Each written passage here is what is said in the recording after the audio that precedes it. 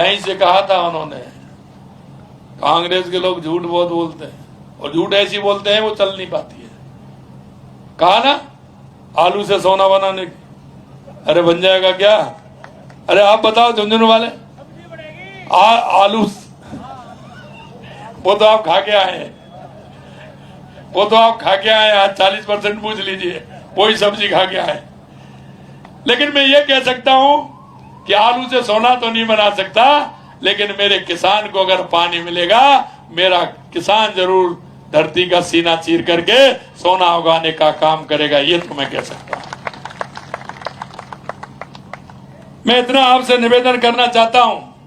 दूसरी समस्या हमारी बिजली की थी। हमने कहा है किसान से, क्यों किसान की तकलीफ को हम जानते हैं।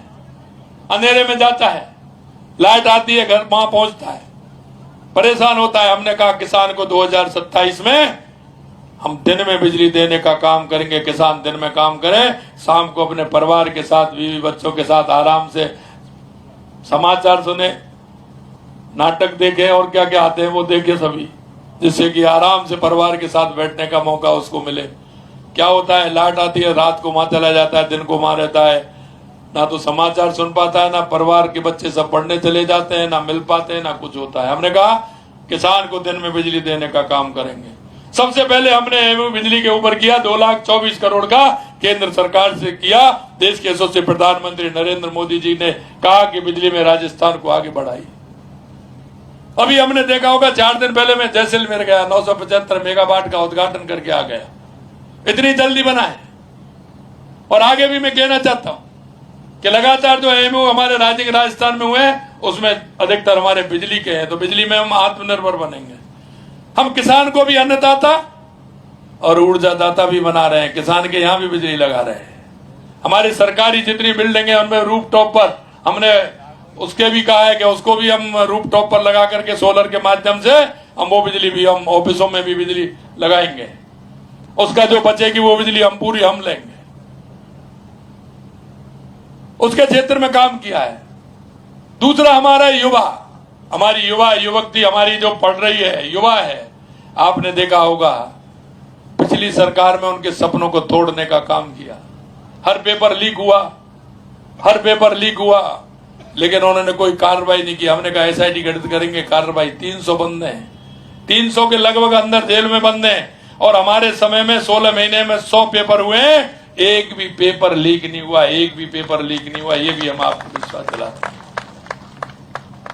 जब मैंने विधानसभा के अंदर कहा कि हम 1 लाख नौकरी देंगे, उन्होंने कहा कैसे देंगे? हमने कहा देखते जाइए, ऐसे देंगे। अरे ये तो कर ही नहीं सकते। तो मैंने कहा आप डायरी पेन साथ में रखिए, डायरी पेन साथ में रखिए, लिखते जाइए। मेरे भाई और बहनों, मैं आपसे कहना चाहता हूं, 69,000 नियुक्तियां हमारे युवाओं को देने का काम हमारी सरकार ने किया है। जुलाई आ रही है, जुलाई में घोषणा की थी, जुलाई तक हम 1 लाख नौकरी देने का काम करेंगे। और मैं युवाओं से कहना चाहता हूं, मेरे भाई और बहनों से, कि आपका पूरा 1 साल का कैलेंडर निकाल दिया है। कौन कौन सी विज्ञप्ति होंगी, कब निकलेगी, कब पेपर होगा, कब रिजल्ट आएगा, कब नियुक्ति पत्र देने वाले हैं।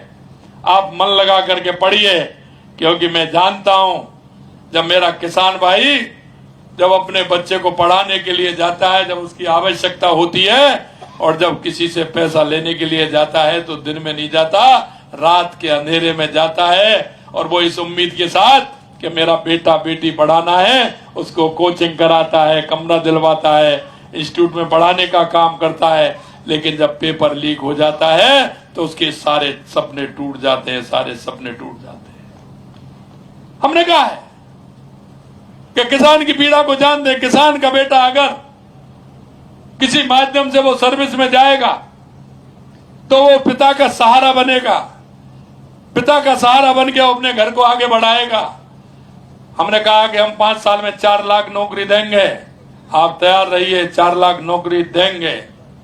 हमसे कहते हैं कि आप बार बार कहते हैं, मैंने 10 बार कहूंगा।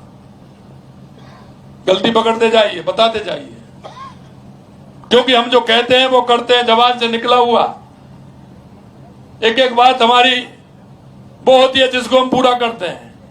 मेरे से कह रहे थे कि आप ऐसे कह रहे हैं। अरे मेरी बात छोड़िए, मेरा कोई मंच पर बैठे हैं, मेरे कार्यकर्ता जो काम करते हैं, अगर सार्वजनिक रूप से सार्वजनिक काम के लिए अगर मेरा कार्यकर्ता भी कहेगा तो उसकी बात को भी रखा जाएगा, वो काम भी किया जाएगा।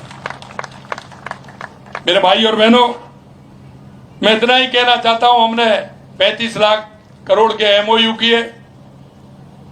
हमने उसमें से 3 महीने में 3 लाख करोड़ रुपए के जमीन पर उतारने के काम किया। मैं मेरे युवा भाई और बहनों से यह भी कहना चाहता हूं कि सरकारी नौकरी तो है ही, लेकिन कोई अपना स्टार्टअप स्टार्ट करना चाहता है, अपना काम करना चाहता है, उसके लिए भी प्रावधान हमने रखा है। उसमें भी आइए, उसमें करिए, प्राइवेट में नौकरी करिए। हमने 6 लाख के लिए कहा है, लेकिन उससे भी ज्यादा हम उसमें देने वाले हैं। मैं अंत में इतना ही कहना चाहता हूं, हमारी केंद्र और राज्य सरकार की बहुत सारी योजनाएं हैं। उन योजनाओं का लाभ आम जन को मिले, उस गरीब भाई को मिले, गरीब बहन को मिले, बूढ़ी माता को मिले, मेरे दिव्यांग भाई बहन को मिले, SC ST को मिले, जो अंतिम पंक्ति पर खड़ा है व्यक्ति उसको मिले। क्योंकि हमारे पंडित दीनदयाल उपाध्याय जी ने और बाबा साहब भीमराव अम्बेडकर जी ने कहा है कि इस देश का प्रदेश का भला जब होगा जो अंतिम पंक्ति में खड़े हुआ व्यक्ति को सहारा दे करके उसको उठाने का काम करेंगे। हमारे प्रधानमंत्री जब भी कहते हैं कि 4 जाति हैं, युवा, महिला, किसान, मजदूर, अगर इनका उत्थान होगा तो हमारे देश और प्रदेश का उत्थान होगा। इसलिए मैं आपसे यही कहना चाहता हूं, क्योंकि हमारे पड़ोस में कौन रहता है, ऐसी कोई बूढ़ी माँ तो नहीं है जिसको दिक्कत हो, बीमार हो, पेंशन नहीं मिलती हो।